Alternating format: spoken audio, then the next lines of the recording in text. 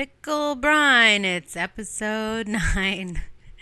This episode's going to be about being real versus being fake. We don't like fake people, which makes us be fake around them. But then who are we?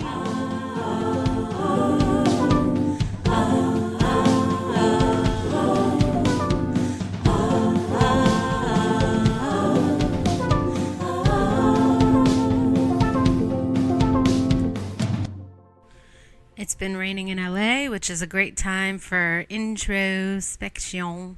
And we're going to talk about being real versus being fake. I just saw, I can't believe it. Am I going to start every episode talking about a TikTok? I just saw a TikTok that was about vibes. Also, yes, I live in California. Therefore, I care about vibes. Sue me.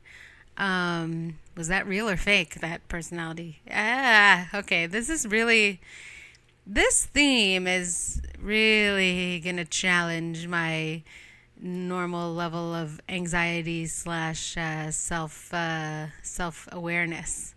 Yeah, at what point does self-awareness become self-destruction? We don't know yet. We haven't gotten there, hopefully.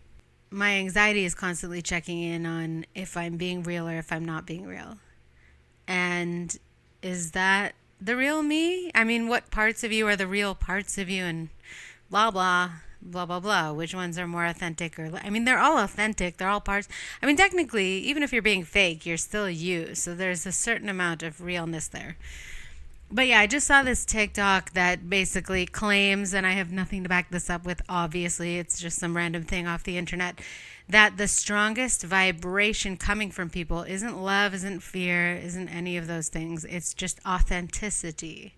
That when you're really you, when you're really believing what you're saying and saying it as yourself in a truthful way, that is the strongest vibration that a human being can emit. So truth is stronger than love.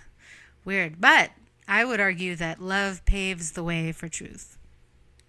Because how are you going to truly embody who you really are as an entire human being without first having a basic foundation of love and acceptance for yourself? And the more you can build that, the better, the easier it'll be for you to be authentic. Or, I don't know if that's true actually, because I think some people have such strong self-loathing that also helps them be honest, because they just can't help but complain. It just makes me think of Mark Maron. I'm sorry. No, but he's a very authentic guy. Does it seem like he really loves himself? I don't know. I hope so. God, I do. I really hope so. Another way that people can feel like they're not being authentic or having to fake it is called masking. And it's what people with disabilities that you can't see do in order to function in society, for better or for worse. There's a lot of people who are autistic or have ADHD or other things that are kind of pretending to be more like everyone else just to get along and get by. And that's kind of a necessary faking it in a way, even though it drains your life force and doesn't allow you to be at your highest vibration, probably.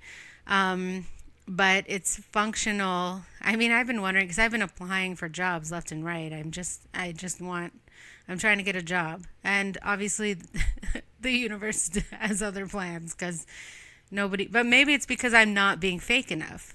I think the only way you get a job nowadays is by faking it and lying your way into the right job. So yeah, that could be a new strategy for me. Ugh, I don't want to lie. The thing is with faking it is that it gives you this horrible feeling inside, because you're mirroring to yourself that the real you isn't good enough to see the sunshine. You have to keep it in the dark inside where nobody can see it with their prying eyes. And that is such a bad feeling, that you have to just smush your real feelings and your real self away. And it's really prevalent in our society. And I don't know why.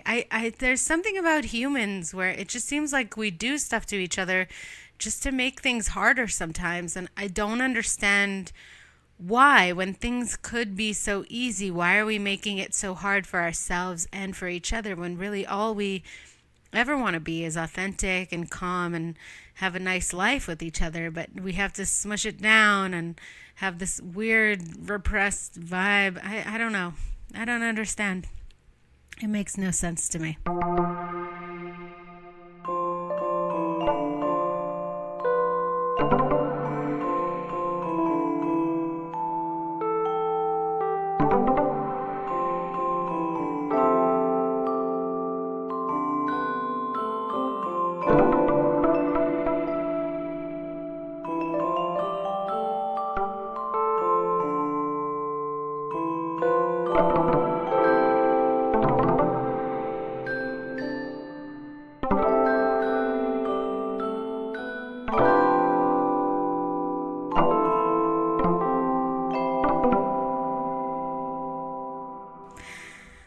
Another way sometimes we have to fake it is when we're putting on a show, like literally being a performer. Um, sometimes, well, that's a big question about performing. Are you living truthfully under imaginary circumstances, or are you just playing pretend is kind of, honestly, it's kind of the same thing. But sometimes you got to go out and do the show. Like sometimes I have to go out and do a stand-up show and I don't want to. I don't feel like it. Can someone else do it? And that's crazy because it's my dream. It's my favorite thing to do. But sometimes I don't want to. And I have to go and I have to say my jokes and I have to, put on the show, kind of fake it. Fake it till you make it in showbiz. And that is hard and also feels weird. And I haven't really learned how to exactly to overcome that. But we're like people in a Broadway show where they have to do the same show every night, and not every day is going to be this amazing feeling of having to play Fanny Brice yet again. Yet again, what a journey throughout that whole show. Every night. God, it must be hard. But, and sometimes you gotta fake it and hope that it doesn't ruin the experience for people. And I do wonder how much the audience can sense the difference between when it's fully authentic and when I'm faking it. I mean, it definitely feels better to me when I'm not faking it. What a great feeling to not fake it. I mean, the best thing really in these moments when I don't feel like performing is not to fake it. It's just to go up with the attitude that I have. Tell the jokes, but tell them from an authentic place. That's always feels better to me. But I don't know if the audience prefers that. I mean, there's a lot of hacks that get a lot of stage time that people love that don't. And that's another thing about authenticity, isn't it? That it doesn't ring the same for everybody. Some people, I think, are so fake and everybody loves them and loves watching them, and they don't detect this fakeness that just rubs me so the wrong way. And I wonder about that. And I wonder if my truth detector is off or if society's is. The answer is probably both. I mean, nobody really has objectivity, not fully. So how do we know? Another way of not being authentic is little white lies that you have to tell people to make them feel better. And I think faking it in that scenario is the compassionate thing to do. I think, I mean, I appreciate people who are bluntly honest, but it hurts sometimes. And maybe the pain isn't really necessary always. It is important to in moments when someone's really not seeing themselves or that they're the problem, maybe to take a stand and tell them that there's some things they should be aware of about themselves. But generally speaking, I think white lies are fine. I think little ego delusions that people need to kind of cope with the harshness of life are okay. It's okay to support those things in other people.